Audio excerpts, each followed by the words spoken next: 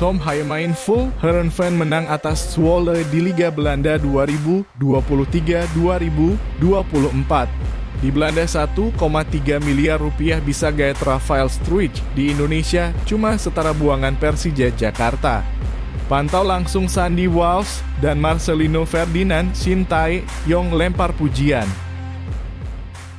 Sebelum lanjut ke berita terlengkapnya, alangkah mulianya bagi kalian untuk tekan tombol like dan subscribe channel ini. Tom Haye main full, Heerenveen menang atas Zwolle di Liga Belanda 2023-2024. Dalam pertandingan Liga Belanda 2023-2024, Tom Haye tampil sepanjang pertandingan bersama SC Heerenveen melawan Zwolle.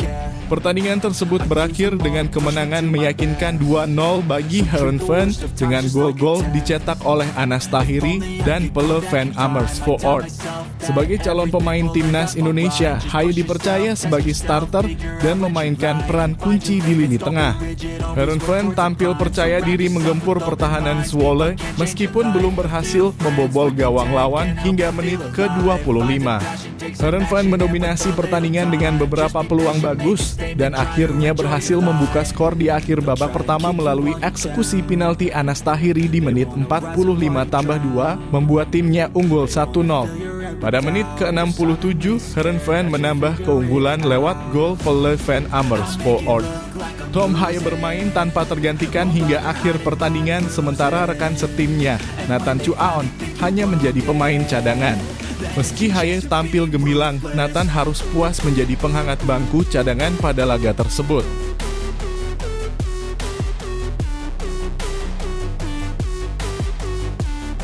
Di Belanda 1,3 miliar rupiah bisa gayet Rafael Struijk, di Indonesia cuma setara buangan Persija Jakarta. Ginanjar Wahyu dari Arema Football Club menjadi sorotan setelah gagal menyelesaikan peluang 1-1 dalam pertandingan melawan Persikabo 1973. Meskipun kegagalannya tidak mempengaruhi hasil akhir, para warganet menyoroti aksi tersebut dan membandingkannya dengan harga pasar pemain tersebut. Meskipun Ginanjar Wahyu memiliki penilaian pasar sebesar 1,3 miliar rupiah, sebanding dengan striker timnas Indonesia Rafael Struijk, beberapa warganet memberikan komentar yang mengolok-olok. Beberapa di antaranya menyebutkan bahwa dengan uang sejumlah itu di Eropa bisa mendapatkan pemain sekelas Struijk, sementara di liga terbaik dunia uang sebesar itu hanya bisa mendapatkan pemain seperti Ginanjar. Meski mendapat kritik, beberapa warganet juga mengakui kehebatan Ginanjar dalam pertandingan tersebut dan berharap agar ia dapat belajar dari kesalahan tersebut mengingat usianya yang masih muda. Ginanjar sendiri telah mencatat 1 gol dan 1 assist dalam 15 penampilannya di Liga 1 2023-2024 bersama Arema Football Club.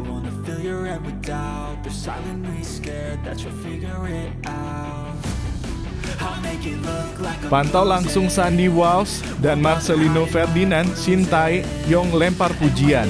Pelatih timnas Indonesia Shin Tae-yong melakukan perjalanan ke Belgia untuk memantau perkembangan dua anak asuhnya, Sandy Walsh dan Marcelino Ferdinand.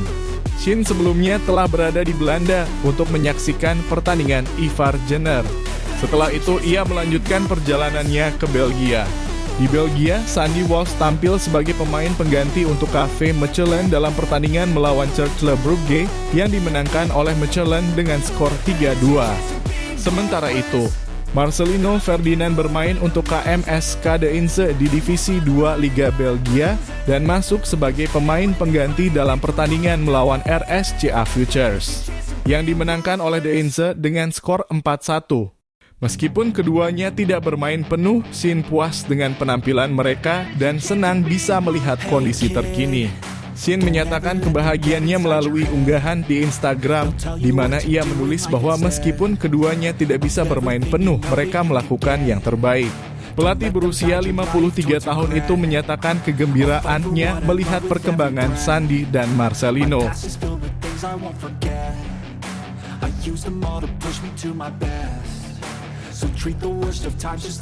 Shin Tae-yong dapat lampu hijau panggil Marcelino Ferdinand ke timnas Indonesia U23 untuk Piala Asia U23 2024. Pelatih Timnas Indonesia U23, Shin Tae-yong, tampaknya mendapat persetujuan atau lampu hijau untuk memanggil Marcelino Ferdinand ke dalam skuad.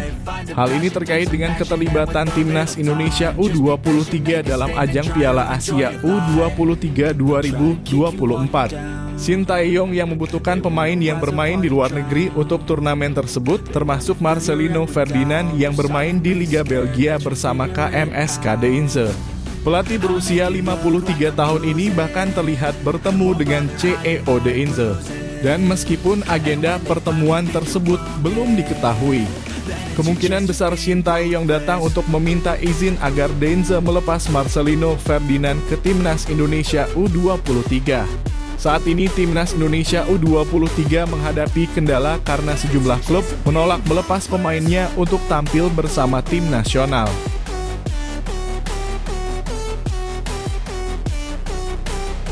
Media Vietnam ketar-ketir tahu Shin Tae-yong ada di Belanda. Pelatih Timnas Indonesia Shin Tae-yong menuai perhatian dari media Vietnam dan TRI karena kunjungannya ke Belanda. Mereka terlihat resah karena Shin Tae-yong sedang memantau para pemain dan calon naturalisasi Timnas Indonesia jelang pertandingan melawan Timnas Vietnam dalam lanjutan kualifikasi Piala Dunia 2026 zona Asia.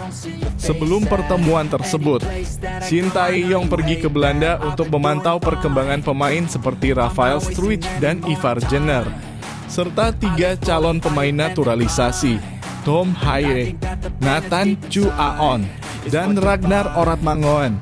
Dan TRI menyampaikan keprihatinan karena mungkin saja Timnas Indonesia akan menambah daftar pemain naturalisasi, mengingat skuad Garuda sebelumnya, yang diperkuat oleh 8 pemain keturunan dan naturalisasi, berhasil mengalahkan Timnas Vietnam di fase grup Piala Asia 2023. Media Vietnam tersebut khawatir karena Timnas Indonesia yang mengalahkan Vietnam 1-0 di Piala Asia 2023 dengan 8 pemain naturalisasi, kemungkinan akan memiliki lebih dari 10 pemain naturalisasi saat kembali bertemu.